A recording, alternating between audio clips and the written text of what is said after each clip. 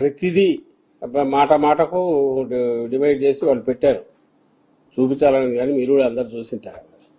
ఆయన అన్న ప్రతి మాట పవన్ కళ్యాణ్ గారు ఆయనకే తగులుతుంది. ఫస్ట్ ఆయనకు తగులుతుంది. ఇంక బూతులు తప్ప వేరే రాని ఎవరు లోకేష్, ఆయన ఆ బూతులు వినడం కూడా కష్టమే, ఆయనకన్నా తగులుతుంది. ఈ వీటన్నిటికీ ఒరిజినల్ చంద్రబాబు నాయుడు గారికి తగులుతుంది. వాళ్ళ వెనక తయారు చేసుకున్న ఫేక్ సైన్యం ఏదైతే ఉందో, ఒకటి ఫేక్ సైన్యం కూడా కాదు, 10 అకౌంట్లు పెట్టి కూడా ఒకడే ఆపరేట్ చేస్తున్నట్టు. టీడీపీ ఆఫీస్లో కూర్చుంటారో మరి హైదరాబాద్లో కూర్చుంటారు, వాళ్ళకే వర్తిస్తుంది. బూతులు మొదలు పెట్టారు.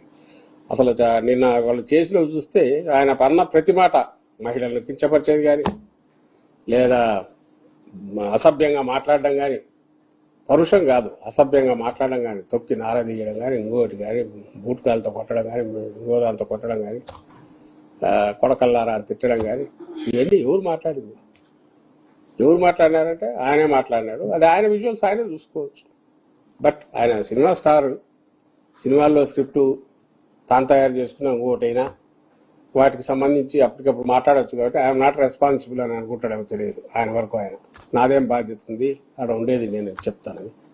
అందువల్ల ఆయన తీసుకోకపోవచ్చు. కానీ ఆయన టాస్క్ ఫోర్స్ పెట్టినా, ఇంకో ఫోర్స్ పెట్టినా, ఏది పెట్టినా అది నిజంగా కానీ ఏదైనా అయితే వాళ్ళకే వర్తిస్తుంది. ఇన్ఫ్యాక్ట్ వాళ్ళు చేస్తున్నది ఏం తెలుసా, ఒక్కసారి అధికారంలోకి వచ్చాక పోలీసు వ్యవస్థను వాడుకొని వైఎస్ఆర్ కాంగ్రెస్ పార్టీని కానీ, లేదా వైఎస్ఆర్ కాంగ్రెస్ పార్టీకి సింపతైగా ఉండేవాళ్ళు కానీ, లేదా మామూలు మీలాంటి వాళ్ళైనా ఏందా మరి 20,000 రూపాయలు ఎస్ఎఫ్టీకి అని అడిగినా, 52 లక్షల ఎస్ఎఫ్టీ ఏంటి సెక్రటేరియట్కి అడిగినా వాళ్ళ మీద కేసులు పెట్టి కూడా తీస్తున్నారు. వాళ్ళ బూతులు ఏముండవు. అమరావతి గురించి ప్రస్తావిస్తున్నారు, అమరావతిని గురించి ప్రస్తావించడం ద్వారా దానికి నష్టం కలిగిస్తున్నారు. ఆ రకంగా చంద్రబాబు నాయుడు గారికి నష్టం కలిగిస్తున్నారు. కాబట్టి వీళ్ళ మీద ఈ సెక్షన్ల కింద కేసులు పెట్టారు. వాళ్ళ రాజకీయ విధానానికి అనుగుణంగా చేస్తున్నారు కాబట్టి ఇది తప్పు అని చెప్పి పోలీస్ స్టేషన్లో కేసులు పెట్టి తీయిస్తున్నారు. సో వాళ్ళ దృష్టిలో అసభ్యత అన్నా, వాళ్ళ దృష్టిలో పరుషంగా మాట్లాడడం అన్నా, కట్టుదప్పి రాజ్యాంగానికి వ్యతిరేకంగా మాట్లాడడం అన్నా ఏంటి అంటే వాళ్ళను క్వశ్చన్ చేయడం. వాళ్ళ చర్యలు, వాళ్ళ దుశ్చర్యలు, వాళ్ళ దుర్మార్గాలు, వ్యవస్థలు వాళ్ళు ఎట్లా నిర్వీర్యం చేశారు, ఆ వ్యవస్థలు నిర్వీర్యం చేసిన తర్వాత అవి ఏ రకంగా కట్టు దించుకొని బిహేవ్ చేస్తున్నాయో వీటన్నిటినీ ప్రశ్నించడం అనేది వాళ్ళ దృష్టిలో బూతు, అదే అసభ్యత.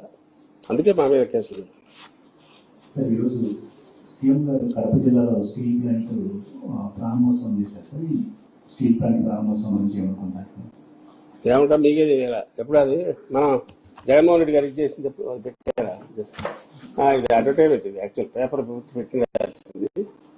ఇదే ఇప్పుడు ఆ రోజు ఇప్పుడు 2023 ఫిబ్రవరి కదా,